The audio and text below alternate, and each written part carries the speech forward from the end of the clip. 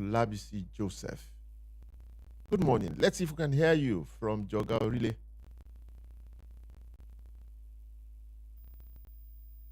Hello, good morning, Nigeria. Good morning, big brother, Chief Shegun Degbami. Good morning.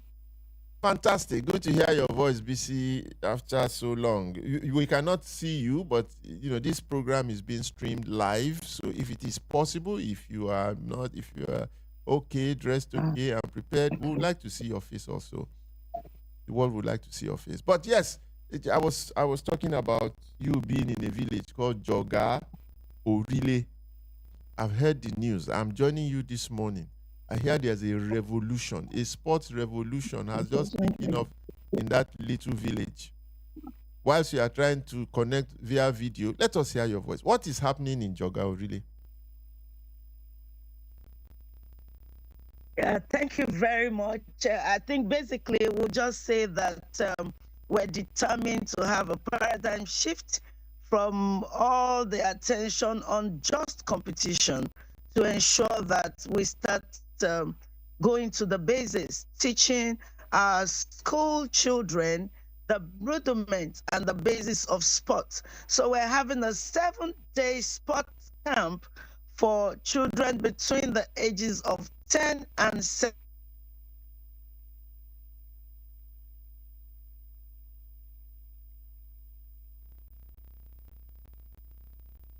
Hello. You see, you are you are in a village, deep in the heart of our, I don't know, deep in the heart of Ogun State. 17 from our primary and secondary, over 500 kids present, remarkable experience which learn all the necessary values and skills in different sports. Okay, don't bother to put on your video because I guess that the Wi-Fi there may not be able to. We have 6 sports that were taken for this first edition: athletics, basketball, table tennis, and tennis. I don't know if you can hear me, sir. We can hear you. It was breaking, but don't bother to put on the video because if you do, then we will lose you completely. I understand where you are. We may not have very strong signals, Wi-Fi signals. So just leave your voice on, and that's fine. So, but tell me, how did you get to Jogo really? How? Why? Come, whose idea? Wow, this is what we have actually canvassed for in one of the pillars of NSSF called Impact. We have the C that stands for clinic and camps. And fortunately, we were able to get a sponsor whose vision aligned with ours, WAMFAT. That is Madam Fatima Mohammed, who is also a former athlete living in the US. She was able to get sponsorship from an organization in the US, and then she deemed it fit to come back to Nigeria, especially the area she grew up from, Yewa, to ensure that she impact the kids, passing on the baton to younger kids. And that's how we aligned with WAMFAT.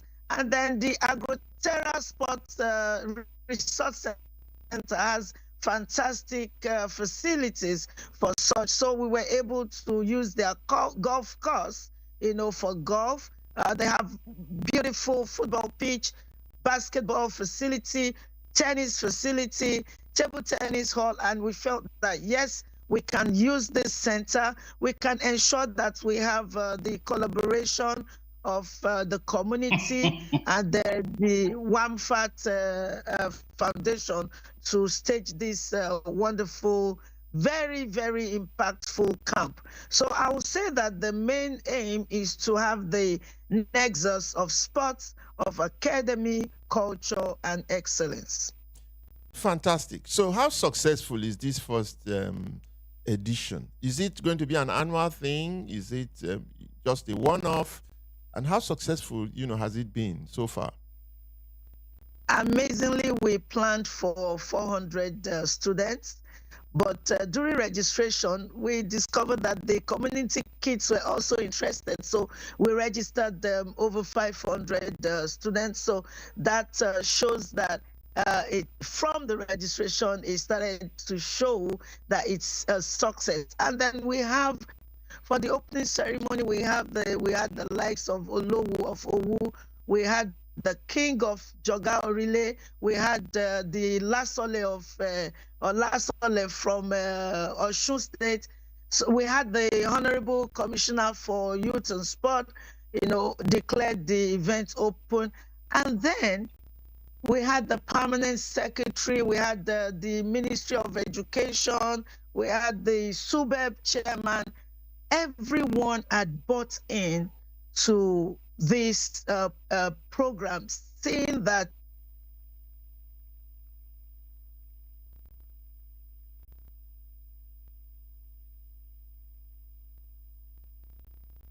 well, BC has just gone off again.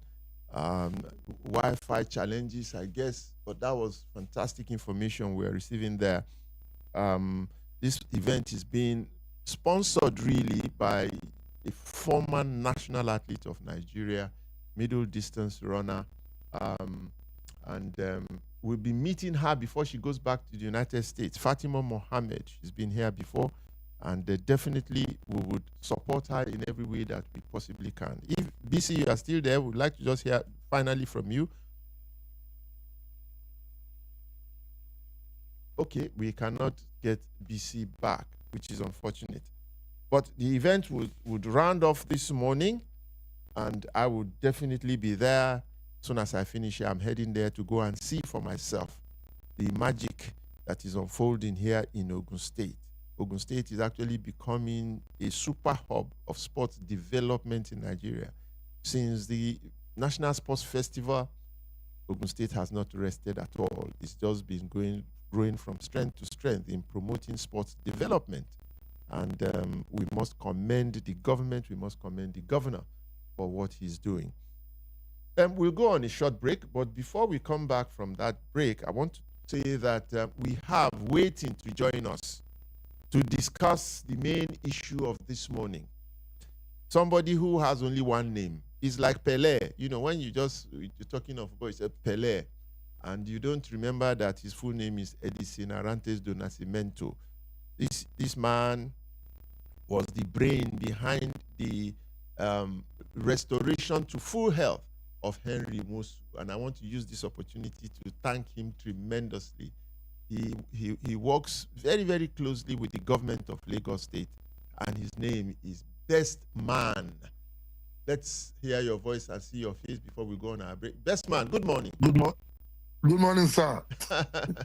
Oh, yeah. Good morning, the mathematical. Yes, the man with only one name, Best Man.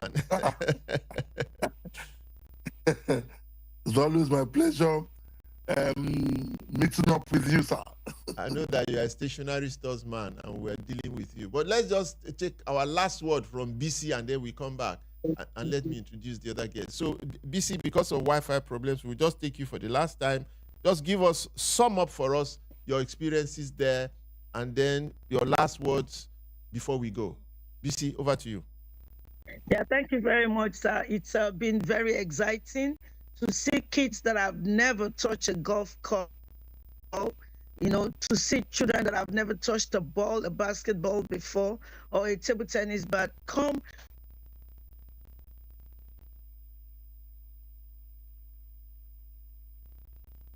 for these 7 days and then decide that is now their all certified coaches that have taken them through the 7 days. And we had partners from the US. We had Mary and Josh from City Run. We had other 3 partners and the media team all around. We want to say thank you also to the teachers that mobilized the children, the coordinators of the Nigerian School Sport Federation across the Southwest, because this is not just in Ogun State.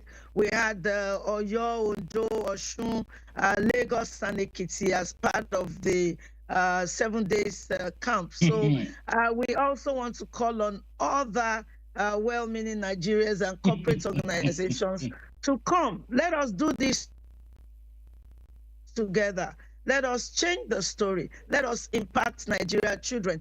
Ensure that we keep them busy. Fantastic. Take them away from social vices and use. Thank you very much, sir. Well, that's BC. You are doing a terrific job. Olabisi Joseph, she's the president of the Nigeria School Sports Federation. We have known each other for decades now, and her work is invaluable, you know, in the development of grassroots sports in Nigeria. We wish you the best of luck, and I think we'll have you again when the conditions would be a lot better. But we got the gist of what you are doing, and I will see you very shortly this morning. I'll be there. Well, as I said, I just introduced Best Man. He's still waiting, but also waiting there quietly is the man himself, the man who is in Chan 2024, the man Nigerians love to hear, because when he speaks with the authority of one who knows it, one who has experienced it, and one who projects into the future. I can't wait to hear what Osasu Obayuwana would have to say about our disappointing engagement in Chan 2024. We just go on this short break, and then when we come back, we have our conversation with Best Man and Osasu Obayuwana. Hi, my name is Firdaus Bobulia, and I am one of the executive members of the global movement Put Children First, which is a Pan-African program where we want to place children's issues, especially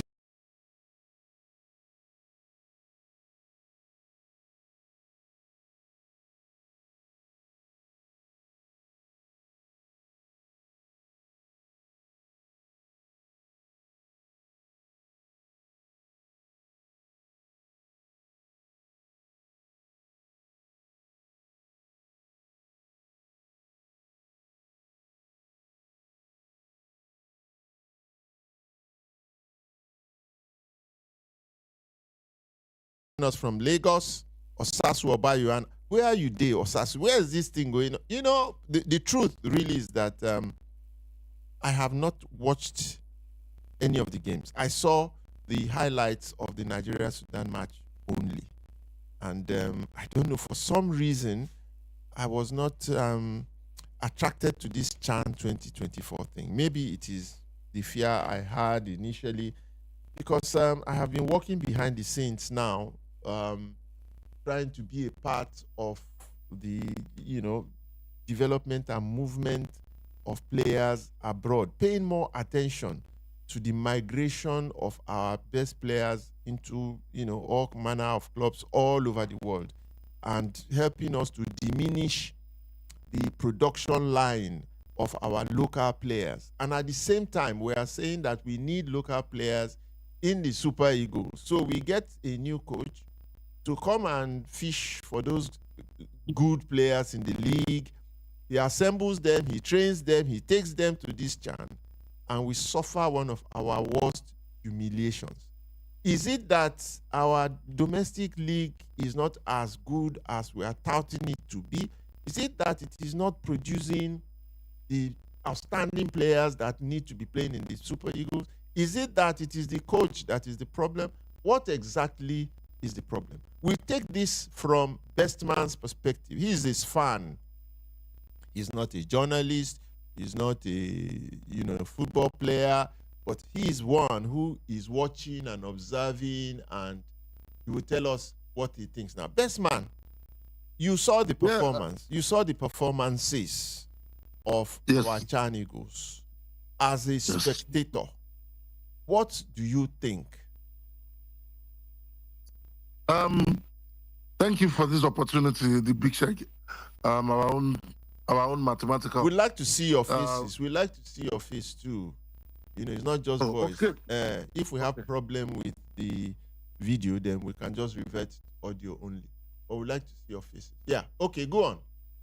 Okay. One of the major problems I see with this team is that, like I heard the coach say they cannot interpret tactics, that these home-based boys cannot interpret football tactics. And I would say, whose fault is it? if the coaches that are supposed to groom them from the grassroots are not what they ought to be, how do you expect them to grow into the product we want them to be?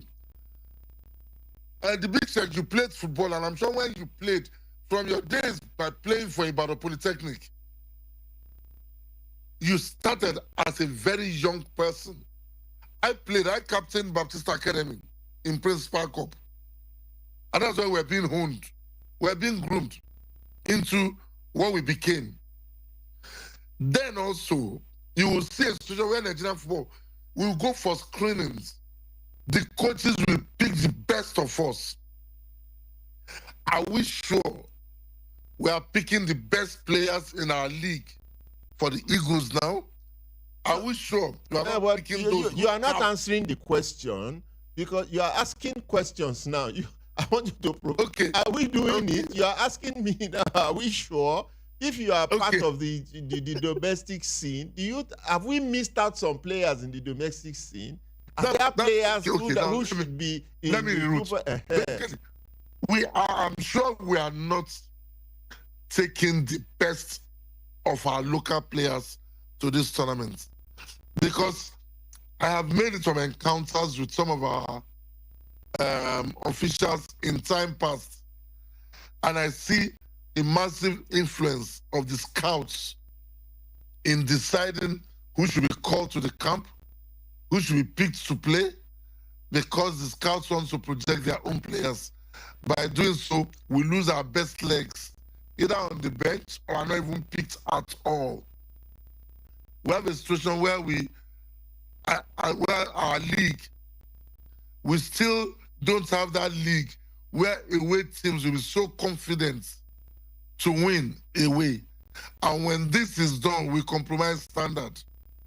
And all this will show when we go on international tournaments, like what we have now. I am not one of them who says, why pick Chelle because he's a Malian. I've not really had opportunity to watch him, to assess him. But this 4-0 defeat is a no-no for me. Even if I had given him the benefit of the doubt, losing 4-0 to Sudan is most scandalous. So I will not take blame away from him totally. Because if he had won and goes ahead to win the CHAN, he would take the glory. Okay. Now that he has lost, best man. Without question, the organization of the domestic league has improved tremendously. Nobody can deny that. The organization has improved. Yes. Teams travel better. The matches are better organized. We don't hear of all the corruption that messed it up before. They are not owing officials indemnities and so on and so forth. There's a big improvement in terms of organization. At the same time, you spoke of scouts and this uncontrollable migration, this flood of our better players, going abroad. And we are now saddled with looking for the best amongst our third 11s. And we are saying that we must put, local players in the Super Eagles. And so we need to groom them in such a large number that even as they migrate abroad, we still have good enough ones to play for the national team. But you gave us a good reason. You said those scouts are influencing people that go to the national team and so on. Are you saying Eric Chelle, national team coach, would be that influenced to pick players that are not supposed to be there because he was in charge of this team? Well, I might not categorically or say yes that he does that, but circumstantially and having been around this thing for a long time, I know the power of these scouts who will influence the people. And I'm sure Chelle did not single-handedly pick all the players that were invited to this CHAN team. They were picked while he looked at them through the screenings to pick the final 22 probably that went for the tournament. At the level of picking, inviting these players to camp, who were those involved? probably they are the ones that usually get influenced. Because we've seen, except we want to lie, we've seen this happen over and over. Some of us have this scout as friends. I was once, I will not expose somebody. I was once sitting with a friend in Manchester, and he called a national team coach. He said, my son is doing well in his team in Belgium for the under 17. And the coach answered him. We were on speaker, and he said, you know what to do now? You know what to do.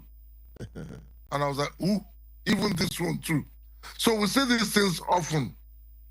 It might not be totally the case, but it is still a major problem in our scouting of national team players. So.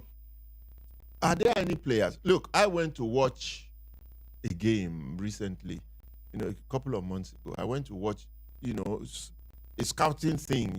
They invited teams to come around a good venue somewhere in Lagos, and they played a series of matches. I haven't reported it. And I just went there to go and see the quality of play, the quality of the players, and even some of the coaching. And by the time I left, I could not find one player, a single player. These are top clubs in our league. I could not find a single player who was truly outstanding in the sense that he would express himself on the ball. He would do things with the ball. He could do dribble and, do things with the ball generally.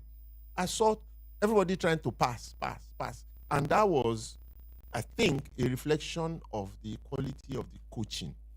Don't you think that we are not breeding exceptionally gifted players? We are breeding good players. So many good players. There are players, but they are not exceptional to the extent that they will represent 250 million Nigerians. I agree with you totally. Like I said earlier, remember those days of Greater Tomorrow, where I started playing football as a young boy. I would go sell bread for my mom. I would drop the tray somewhere and join the street soccer. From there, we started playing our normal primary school thing, junior, where we used to have babies, junior, intermediate, and senior. We were honed. Then we started the Principal Cup thing. And Principal Cup was almost like your Champions League today. It attracted the whole nation. Then, of course, there was Nippo Gas, serious competition, Nuka games, where everybody developed. By the time you are getting to play for IICC, Rangers, stationary stores, you are already fully developed. When they call for screening, the coaches will have problem picking because you will see more than half of the group being exceptional. Like yourself, like the Thompson Husseins, like Henry Wonsu, like Stephen Keshi. It was so obvious. These were people that went through the grills, the mills, the formative period of football. Hardly do we have them now. Again, there's a difference between the passion for football and this idea of, okay, he got trained because of the money. Now he's interested in football because of the money. Many of them are just after the money. The skills are no more. They are not ready for the discipline. Mathematical, you were told, run laps around the stadium 40 times, 30 times. We were disciplined to learn. So I'm not surprised that what you saw, and that is what is prevalent now, half-baked players, and even at that, by the time they play one or two matches, some of them have gone to Cambodia, some of them have gone to Vietnam, where they can get $1,000, $2,000 per month. So it is a general problem which we must begin to tackle one by one, because we are getting worse. If Sudan can beat us 4-0, Sudan. Okay, let us go to national calamity. Let's go to Osasu, because I've been hearing the man's mischievous laughter at the background there, and let me tell people that this is Eagle 7 Sports Radio. Eagle 7 Sports Radio, yes, 90 minutes with mathematical, coming to you live from Wasimi in Ogun State, and Osasu Obayuwana. You are right there on the spot. You were there, you saw the team and all of that. Just let me just allow you to just free reign. Tell us about your experience watching the Super Eagles succumb to Suwat by 4-0. Tell us that story. Well, I don't know why people are so disappointed with this result. If we are being brutally honest, Nigeria is reaping the fruits of its lack of attention to developing domestic football for the last 2 decades. Look, let's remind ourselves that Nigeria have not won a club title in Africa since 2004, when Enyimba became the first team in Africa to retain the Champions League. 2004 to 2025 is what? That's 21 years ago. We have not won the Champions League. We have not won any African title. We are not even able to qualify for the group stages of the Champions League. Now, that's how bad it is. So why are you expecting that these same players who are not able to deliver in the club competitions will deliver for you in the CHAN? Very true. I think Nigerians need to be really honest about the state of affairs of domestic football and let Nigeria begin to address the issues. Look, Big Chelle, let's go back a little bit to when you were playing. When you were playing for Shooting Stars, you had an English coach called Alan Hawkes, didn't you? I'm sure if I ask you, and I'm asking you, what did Alan Hawkes bring to your football when he started to coach you? What did he teach you? What did he tell you that you were not doing right, that you needed to do right? I'm curious to know because, I mean, you are a product of this domestic league yourself, and you also worked with different kinds of coaches. So I'm also curious to know from you, what was it like working under such a coach when you were at Shooting Stars? Okay, just continue to make your point. Don't put me on the spot. Don't put me on the spot. No, I have a reason. Don't put me on the spot. No, you have made the point. Even by asking the question, you have made the point. So no need to overflog it. Just go on. You have made the point. So look, we need a total overhaul of our league. The league is not fit for purpose. And why is it not fit for purpose? It's not fit for purpose because there is a profound lack of competent technicians to teach our players how to play football. Our players need to be taught football the right way from a young age to when they now enter the league. If they don't get the right footballing education before they become professional players, how do you expect these players to deliver? Look, the national team is meant for the elite players. Elite means you are above average. So any coach is expecting that the players he will have in a national team know the basics, are proficient to an above average level, and have the tactical literacy to implement whatever plans he has for his team in any game. Let's be brutally honest. Do you really think that the players in the Nigerian domestic league have the requisite level of tactical literacy and technical proficiency to do things that coaches in the national team want them to do? I don't think so. So let's be brutally honest about this. When we begin to address, look, don't forget, Big Chelle, I was a member of the NFF Governance Reform Committee, and we discussed the league in depth. We discussed these issues at length. That without a total overhaul of the league, when you say total overhaul of the league, and we are talking technical issues now about coaching, because this is really about coaching, about grooming the players. You know, the league is huge. It's an industry. is an ecosystem. But is it really an industry? Is it an industry? Let's be honest. Well, no, I'm not talking of Nigeria. I'm just talking of the league generally. The league should be. But now we are talking. We are talking of players. We are talking of grooming the players technically. You know, so that would not it can't be reflected in the totality of the league, as it were. Does it have to do with the coaching? You mentioned Alan Hawks. Yes, that's specific coaching. How do we address that specific issue? Those things that touch on the players that actually play on the field. But tell us about what happened in where you are.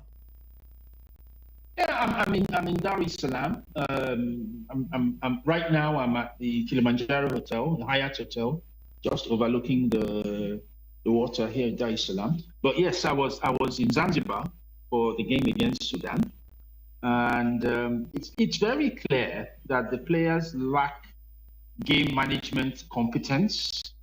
It's very clear that they were frightened. I mean, Nigeria went ahead in the game, okay, and then the goal was disallowed by VAR. And within minutes of that goal being disallowed, Sudan scored, and mentally they couldn't cope. It went downhill from there.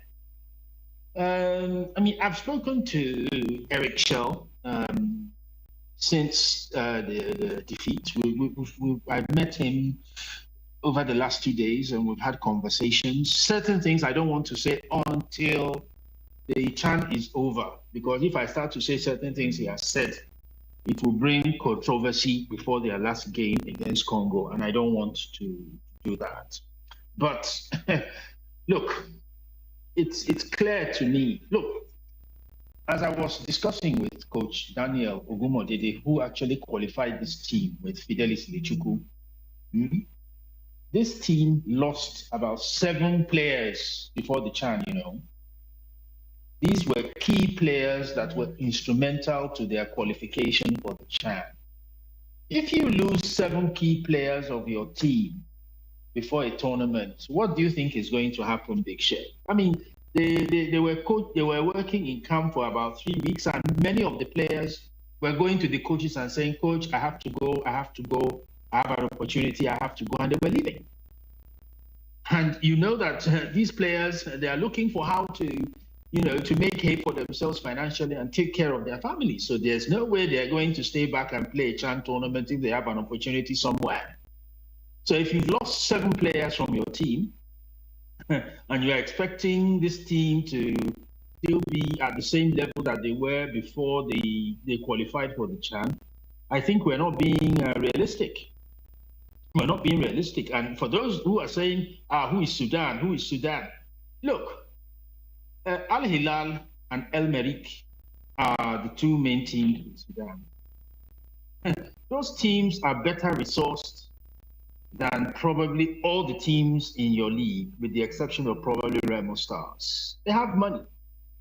Okay, even when they were not playing in Sudan because of the civil war, they moved and started playing in the leagues of Mauritania and Madagascar to keep themselves fit. And these players were active. So don't just look down on Sudan and say, who is Sudan? Al Hilal and El Merreikh have been playing in the Champions League consistently, when Nigerian clubs are not able to qualify. So what right does Nigeria have to look down on Sudan?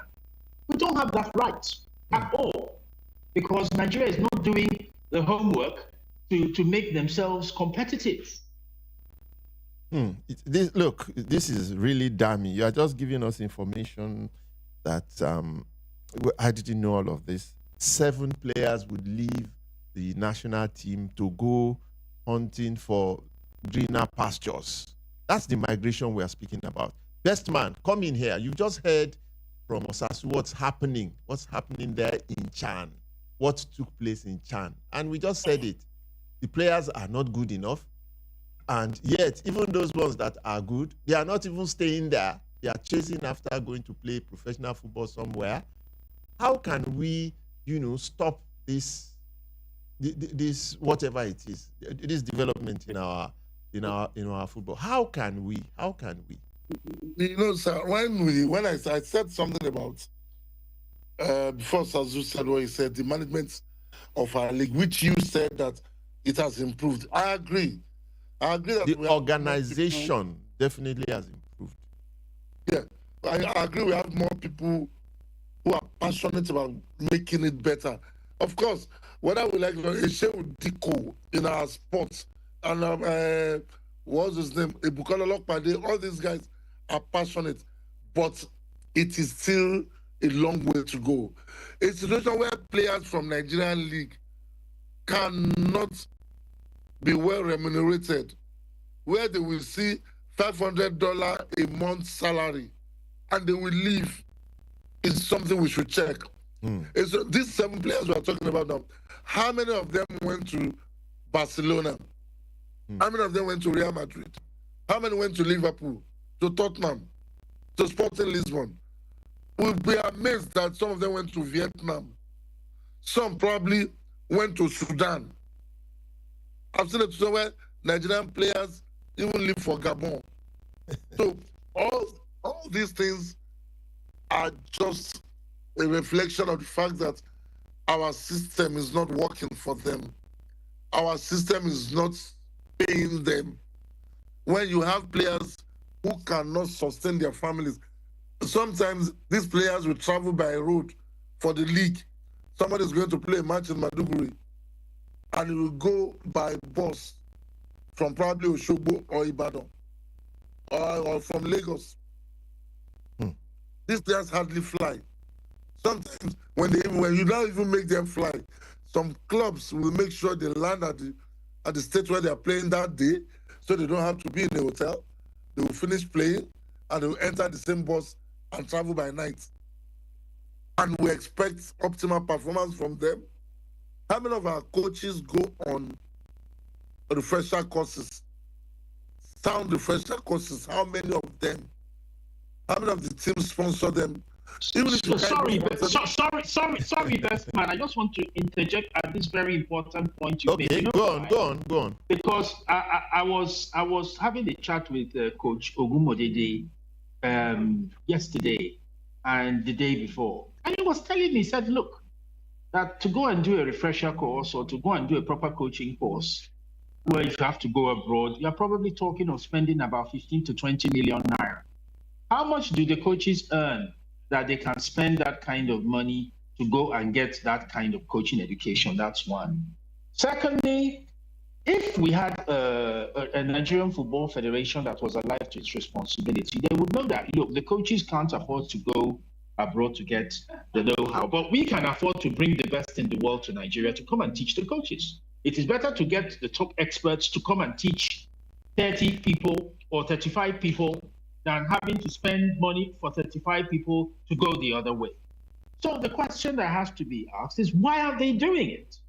Because if you don't teach the coaches how to coach properly, everything from that point on is bad. The education the players will get is bad. The kind of teams you will have in the domestic league will be poor. So we just have to address the issue of coaching, and it is the federation that has the responsibility as those who govern football in Nigeria to change this narrative as soon as possible. It can't continue like this if we want to see change. Let me put you on the spot. You know, through the years, you know, I was a member of the CAF Players Committee, you know, for several years. And I saw firsthand, you know, CAF organize coaching programs for national federations. And if you saw the people, the coaches that were assigned to go and train coaches in several countries, even those coaches themselves needed training. Because because you know they were selected from some national team, either they were retired or something like that, and the quality of their coaching is a reflection of the quality of several leagues in Africa, because the coaching is really not the kind of coaching that you just spoke about, where you will spend 15,000, 15 million naira to go abroad. Most of those coaching programs that come in here just tell the coaches to get players to pass, de-emphasize, self-expression on the ball, do all those things that are natural to us, that makes us, like Brazilians, be masters of playing the game.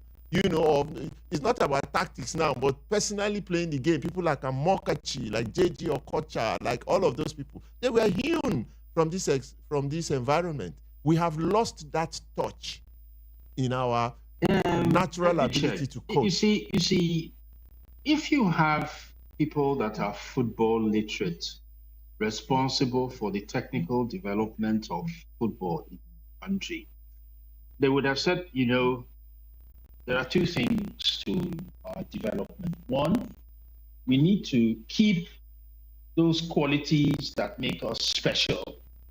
And on the other hand, we need to imbue that tactical discipline and know-how of the game to combine with the natural flair and ability to then take our players to a level where the world will know how to handle our players. Because in terms of the technical proficiency, they are above average. In terms of tactical knowledge, they are above average. And when you have a player who is technically gifted and is tactically sound, it's very, very difficult to deal with those kinds of players. In fact, they make life hell for opponents. But if we don't have people who are in the leadership of Nigerian football to say, look, it is important that right from grassroots level, we need to have a critical mass of coaches that can teach our young players how to play the game. Fantastic. And then it is also not just about playing the game, it is about preparing them mentally for what it is to be a football player, the discipline that you need, the dedication that you need. All these things have to be taught from an early age. And when you don't have the right structure to do these things, to put it in pidgin English, na kalo, na the play. Best man, I see you nodding your head. Best man. Because yes, your input. I agree totally, because this brings us back to what I was saying about those days of school sports. Why can't we just bring back our school sports? Get men. No, there's school sports. School sports are going on. They are going on. We're just we're just romanticizing and fantasizing, because you can't just go back to the past like that now. If federal government today should say, mathematical, please give us the school sports that will produce results. You will.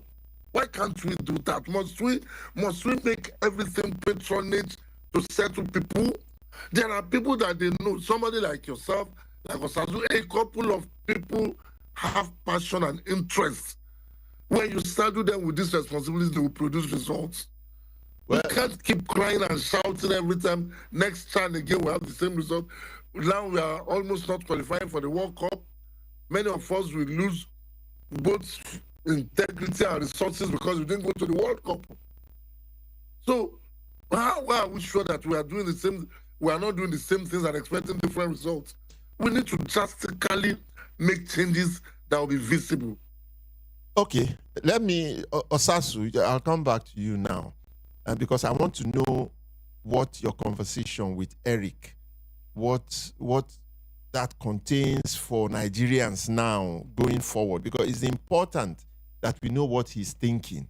He's the head coach of our national teams, and people are so dissatisfied, they are blaming him, and Ogumodede gave another side of the story and so on. But before you answer that, I just want to say, I spoke with all the principals of all federal government secondary schools in Nigeria, in Kaduna.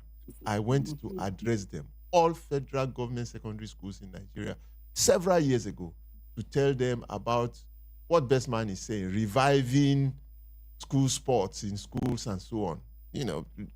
Great lecture. When I finished, their reactions were shocking.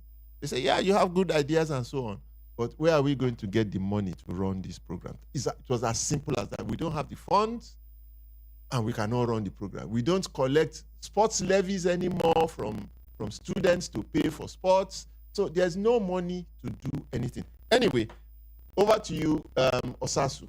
Your conversation with Eric and what he thinks he can do to salvage his name and his reputation. It's so important because before you know it now, before we know it now, we are all clamoring that Eric is the one to blame and he should go. Your conversation with You him. see, Nigerians need to be very, very careful because the old saying is that he who fails to learn from history is condemned to repeat it. I know, Big Shek, you were not a fan of Gernot Rohr, and understand that, but we have to learn from the mistake we made in 2021. It was a huge mistake to have sacked a coach with less than 1 month to an AFCON for a crime that did not exist because he had earned the playoff ticket. What was the assignment of Gernot Rohr in 2020? It was to earn the playoff ticket for Nigeria and go to the playoff and qualify.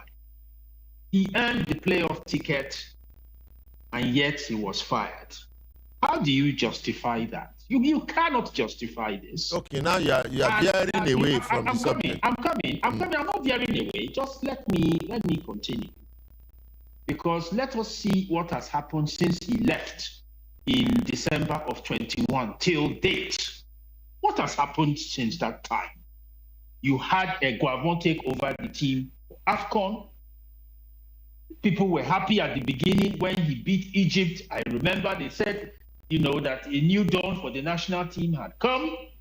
And then by the time they lost to Tunisia in the quarterfinal, in the next round, in the round of 16, everybody wanted his head. And they wanted the head of Maduka Okoye. Okay? And then we went for the playoffs in March, and then Amunike was brought in to work with Eguavon for that playoff. And we didn't make it. And that was not a surprise to me. I knew that was likely going to be the end result because you had disrupted something that shouldn't have been disrupted. And then they finished, and then Pesero came in, and it was one wahala after another to the point that Pesero had made up his mind before the AFCON in Cote d'Ivoire that even if he won the trophy, he was not going to stay. And he nearly did win the trophy. He nearly did. And then what happened after Pesero? Finidi came. And then after 2 matches, the federation fired him. How can you fire a coach after 2 matches? It then tells me that you as a federation, you are clueless. You don't know what you are doing. Because you can't sack a coach after 2 matches. After you fired Finidi, what happened next? They were trying to bring Bruno Labbadia, and because they didn't know the difference between a gross salary and a net salary, the deal crashed before Chelle was brought in. You see, I'm relating all these things to tell you why we are where we are. If you've had about 5 coaches for the national team since 2021 till now, does this tell you that we are serious? Why can't we tell ourselves the truth about this situation? Left to me, back to your direct question about Eric. As I said earlier, I don't want to say some things because I don't want to put him in trouble while still having a CHAN campaign to conduct. When the CHAN has finished, certain things he has discussed with me, I will say them. But I will tell you that obviously, and he put it to me in these words, that the players he saw in Ikene are not the players he's seeing here in the CHAN. And I can totally understand that because this is their first time on an international stage. They have no experience at this level. Don't forget that the players have never used VAR. The players in the Nigerian domestic league have never used VAR. They are using VAR for the first time at the CHAN. And then a goal they scored was disallowed. It mentally disorientated them, and they never recovered from that. Obviously, Chelle is the head coach. So as a head coach, you sink and swim with your team. Yes, that is the laid down rule. But for anybody who is in football, you know that it is not as simple as that. There are many things behind the scene that go on which can affect the overall result. Look, when my dear friend Stephen Keshi of blessed memory was in charge of the national team, and he had a high number of local players in the team. Do you know how many months he camped those players with Amokachi and Okpala to get them to a level that he could feel that they could deliver for him in the AFCON? Because they had to, Keshi, Daniel, and Silvanus had to start teaching them things from the beginning for them to get to a level they could say, yes, these players can play for us internationally and they will be able to cope. Don't forget that Chelle is new to our environment. You can't compare him to a Stephen Keshi who was a product of our Nigerian system and knew what the problems were, and he knew how to handle them and to deal with them in association with assistant coaches who also knew what the deficiencies were and what they needed to do to handle them over a series of months. So if we're going to have local players play in our national team in future, it means you have to be camping them for long periods in the national camp for them to learn things that they are not learning at their clubs. And even at that, there's still the risk that after you've taught them, they are going back to the same league. So where do they even get to implement the things they've learned when they may be working with coaches or working in a team setup that don't appreciate, the things that they are being taught at the national team? So we have so many problems, so many big sheds, so many. And the sooner we have our clubs, being put in a situation where they must enforce standard, because there are club licensing regulations, okay? But they're not enforced. I said during our Nigerian Football Federation governance reform meetings that if it takes the league having only 10 teams, if only 10 teams can meet the standards that we want for a league in Nigeria, let the league be 10 teams. But this 20-team setup with 80% or 85, 90% of the clubs being owned by government, where all kinds of shenanigans go on, this is not going to take us anywhere. And the sooner we acknowledge this truth, this unvarnished truth, and start doing the right things to develop our football by having real football people manage our clubs, the better. Don't forget that when the previous sports minister, Eno, was there, he had conversations with Tony Elumelu to come and invest and this. Look, people like Tony Elumelu, of course, they work in the Nigerian system, so they will always want to entertain the minister's conversation. But as business people privately, they will just laugh and say, look, Nigerian football is not an investable proposition. It's not an investable proposition as of today. I remember in 2016, when I spent time with Aliko Dangote at his refinery when it was still in the process of being built.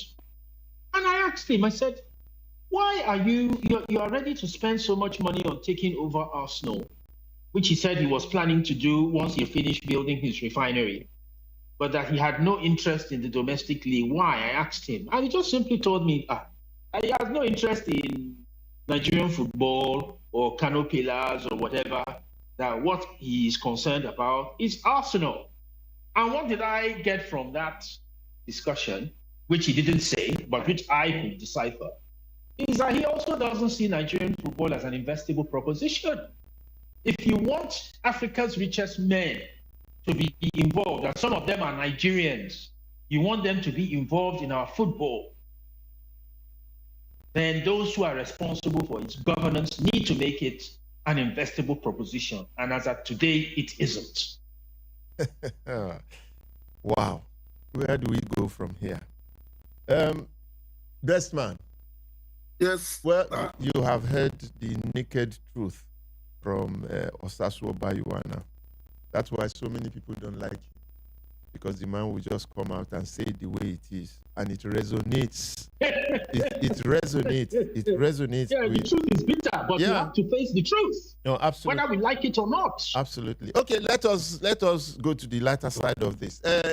Best man, do you think that, in those days when you dangled money before players, Westerhoff used to say that he understood the Nigerian psyche, and the players from a particular part of the country, when you dangled money in front of them, they will go and kill and win and do whatever. These guys had the prospect of making 150 million naira. What is it presidential now? address. Yes, and a flat and all of that. If they had won, they would definitely have deserved that kind of a reward, that kind of an incentive. Do you think that psychologically would also have affected them? I'm just thinking now at random. Nobody, Yoruba will say, say, you cannot put honey in somebody's mouth and you spit it out. Everybody likes the good thing.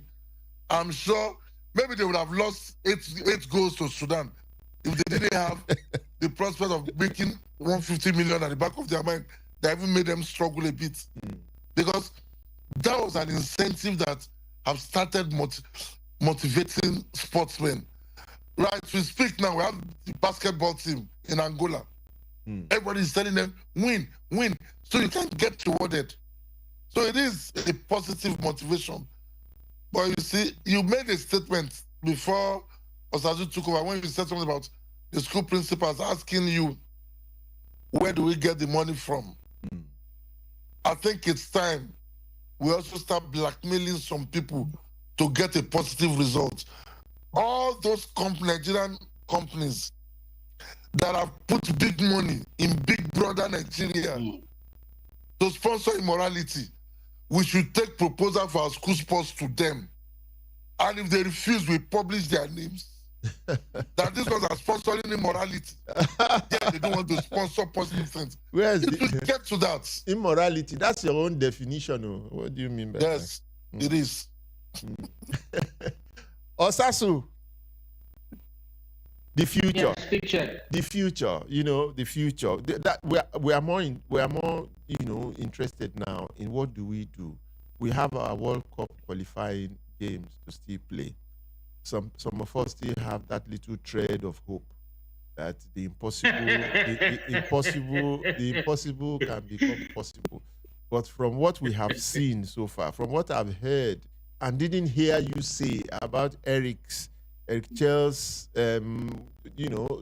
views now and his experiences, because what you said was frightening. His experience, the people he saw in Ikene were not the same people. I'm not talking physically, not the same people, but something must have happened to those players, and so on and so forth.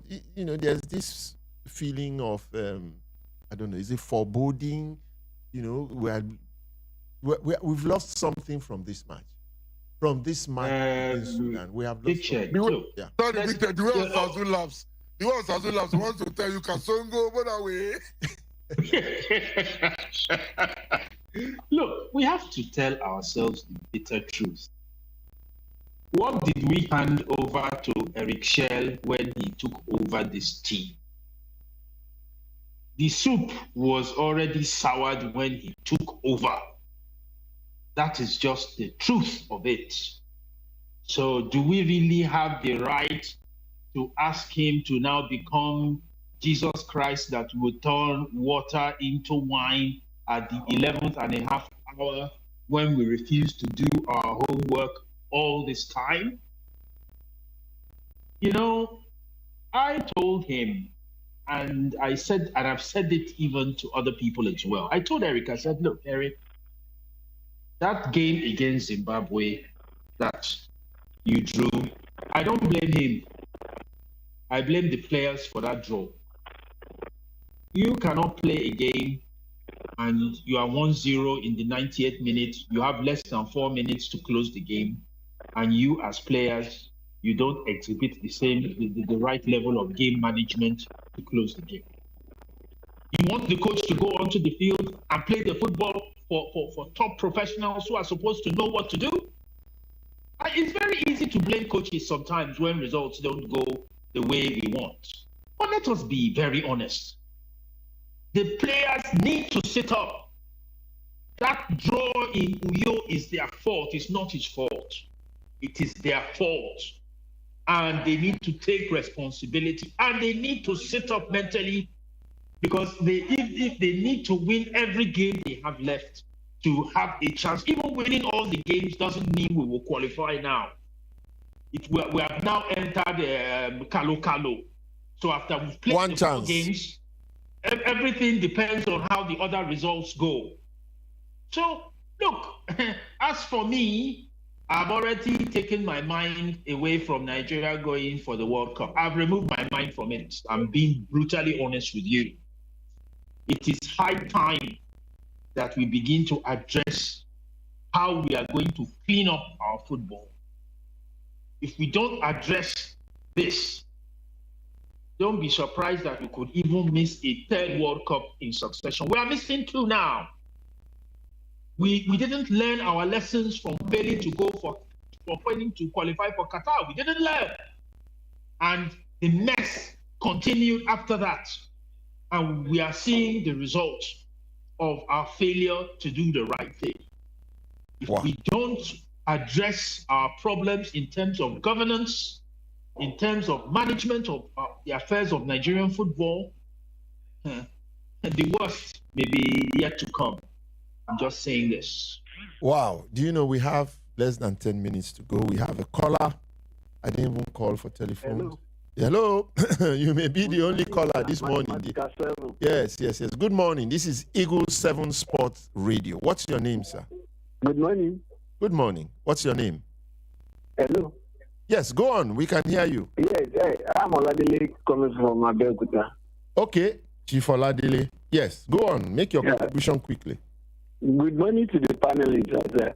You see, on this CHAN issue and what we are going through, Nigeria, I'm always unhappy when Nigeria loses matches, football matches especially. But I just have to take it like that. He's not winning all the time. When it comes to football, I could recollect those days when Nigeria lost matches, World Cup qualifying matches to Tunisia. Let me just leave that one aside. And we still went further to win the Cup of Nations in 1980, even though we lost to Tunisia in 1978. So what are you saying? What are you saying now? That it is okay, we can... Let me just cut the whole story short. Yes. What I'm saying in essence is that we need our league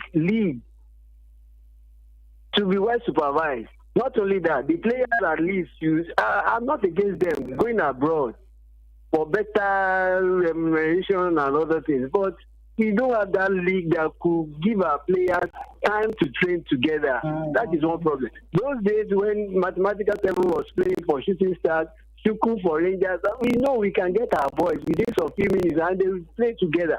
So I want the panelists to look into this area. What can we do? We have the number of players outside the country than any other country. Nigeria has many footballers outside Nigeria compared with other nations. You look at it, please. Okay. I don't want to take your time too much, please. Just look at That's an entirely new thing. You know, how do we even stem that tide, that flood?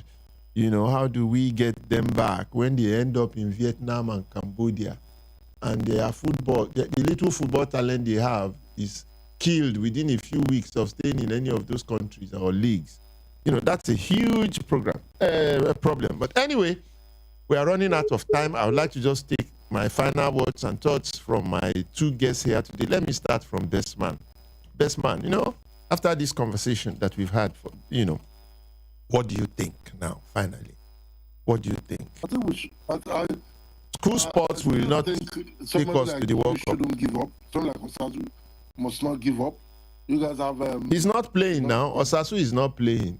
He's not It's not about playing. Giving up in terms of these changes that we're talking about.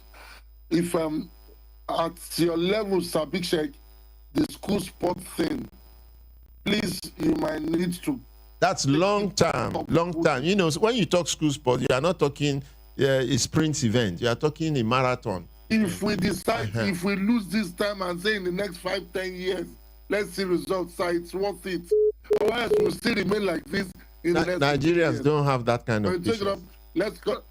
Nigerians don't have that patience at all. Don't talk of 10 years. Then we want to win the next. You get your cronies. People like us are now your cronies. Let's run with it. Okay. Osasu, your final thoughts. Well, I think I've said everything that I need to say. Okay. It is high time for Nigerian football to look at itself in the mirror, tell itself the truth about why our domestic football is in such a mess, and do what is required to clean it up. To put domestic football in its proper state, we are going to need about 5 to 10 years of very hard work. Do the current people in the system, do they have the competencies and the integrity to do what I want or what I think should be done? To be brutally honest with you, I don't think so. And therein lies our problem.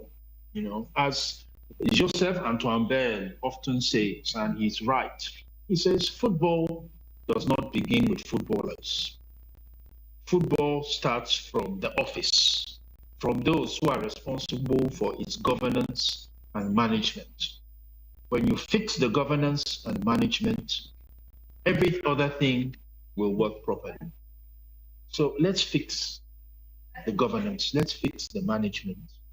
Once we fix those things, all these things we are talking about, that our pitches are not good, our coaching is not good, those things will be fixed the moment you have competent people and people with integrity running things. It's as simple as that. Those who have the ears, let them hear, because we can all see. The evidence is there for everybody to see what the problems with Nigerian football really are. And a time for us to be brutally frank, just as Osasu Obayuwana has said. Many people will be hurt. Those who are there now may think that people are criticizing them and so on and so forth, but that's not the point. We all want the best for Nigerian football, for Nigerian sports as a whole. And I think this is wake-up call for all of us to rejig, look again at the whole thing and start to set sail correctly this time, because there's no turning back. I will end today's show with Gay's song. Gay Baba, Gays. Is guys or gays? I don't know what it is. Guys or gays. But I love that song because it tells us that we cannot turn back. That's it for us, from us here at Eagle 7 Sports Radio this morning. Join us again next week, Saturday, when we'll bring you another wonderful package on 90 Minutes with Mathematical. No turning back. Bye for now.